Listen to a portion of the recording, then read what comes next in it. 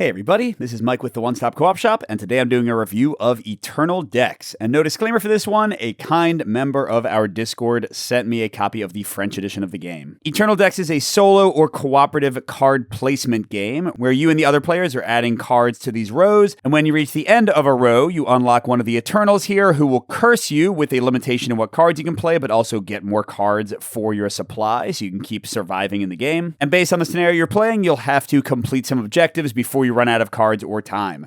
So let's discuss 5 key things to know about Eternal Decks. So starting at my number 5 point, the least important to know, but still important or I wouldn't mention it, I'm looking at the solo mode, specifically the solo campaign, and for my taste, this is a mix. So to play Eternal Decks solo, you have to control 3 separate hands that you flip between. They also give you powers you can use a few times per scenario that let you draw cards or do other things. But to balance that out, you have extra requirements in the scenarios, like having to put out all 6 jewels in the 3-player mode. But besides that, it mostly works the same as always, which is great. If you don't have someone to play with, it definitely allows you to jump in and have fun. There's one-off play if you want to try specific scenarios, or there's a campaign mode. You can see that in the playthrough video I did recently, which is both really cool and a bit too much for me because you're sort of leveling up your characters, you're unlocking new abilities. That's kind of fun, but it's also more to track than I want for a pretty straightforward game like this. And then at the end of the entire campaign, you're totaling up points to see how well you did, which is not really that interesting to me, beat your own score modes. But still, it is great that the game has a robust way to play solo, really 2 ways to play. Again, the one-off and campaign mode. That's a nice touch. Next for number 4 is the dwindling card supply and the kind of feeling of survival in the game. This is a pro for my taste. So usually each player starts with just 5 cards in a single color, numbered 1 through 5, and you have to play at least 1 card on every single one of your turns, so this supply is going to run out very quickly. So the only way to re-inject cards into your supply is to complete these rows, complete these Eternals, and get these new cards. And this tension is a huge part of the game, whether you're playing solo or multiplayer, because you're constantly looking at who is running out of cards, who needs to complete the next Eternal. I think it really keeps the excitement and the interaction and checkups between players high. Next at number 3, I've got the scenario variety in the game. This is a big pro. So there are 6 stages in the game. You can play A through F. You're seeing 5 of them here. Each of them has 4 different difficulty levels, lots of ways to play. On top of that, they have advanced modes for each scenario that add even more rules and complications. So I think you could be totally happy just playing stage A or just playing stage B for quite a while, not even going into the more complicated ones and still have a good time. But the different stages add in even more great stuff. You get incredibly challenging terrain and rules in stage B. Stage C has you having to make these really complicated patterns within the rows and columns while you're trying to get the Eternals.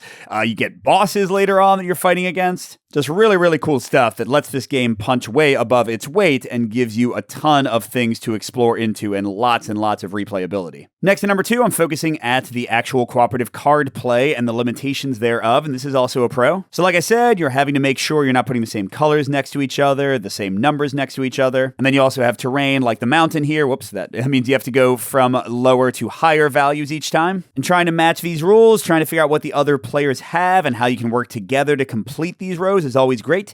You do have these limited communication tokens where you can say like, hey, I can finish that one. Oh, I can go here. You can kind of talk to each other without talking, although the game does also allow for you to have verbal communication, lots of options for how you want to introduce rules of what you can and can't say here. And the cool thing is, even when you get new cards, even when you unlock the Eternals, these cards sit out and they show you exactly which cards are in that deck. So if I remember who got a given Eternal, then I have a better idea of how we can lay cards together. So compared to other limited communication card placement games, you kind of have more knowledge, more direct knowledge of what it's possible for your partners to have, which makes the limited communication and cooperation even better. And going right into my number 1, the most important thing, most impressive thing about the game to me, it's a full pro, and those are the Eternals themselves and the curse and jewel mechanic. So I mentioned already, when you finish a row, you get to pick one of the Eternals in that row and unlock them. You get all their cards, but you also get an ongoing curse that's going to limit your plays even more than the terrain and whatever you have in your hand. Like when I get the Phoenix, I can't play 1s anymore. Well, nobody can play 1s anymore. Big limiting factor. And this gives even more great tactical choices to the game because you have to figure out which Eternal you want to unlock, which kinds of cards do you need for the current challenges facing you. But the curses aren't a be-all, end-all thing because you also have these jewels, and if you can on your turn discard cards matching whatever the requirement is, like 3 of the same color, 3 of the same value,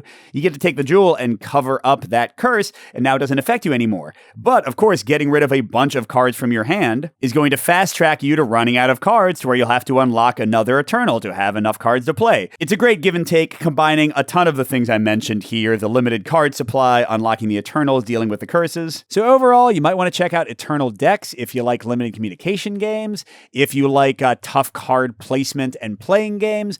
I compare this one very favorably to the Tranquility series. I do think Eternal Decks is maybe not better, but bigger and more ambitious. On the other hand, you might want to avoid this one if you don't like limited communication, if you don't want to have a bunch of different rules, because sometimes the scenarios can be a little confusing the first few times you play them. And also, there is potential frustration in running out of cards. If you're not planning ahead, that can happen very quickly and derail your game. But still, I think this one is well worth checking out, and I'm glad it should have very soon more US distribution and availability. And if you want to see the game in action, I have a playthrough of it on the channel. Thanks for watching, everybody. Good gaming, and I'll see you at the next stop.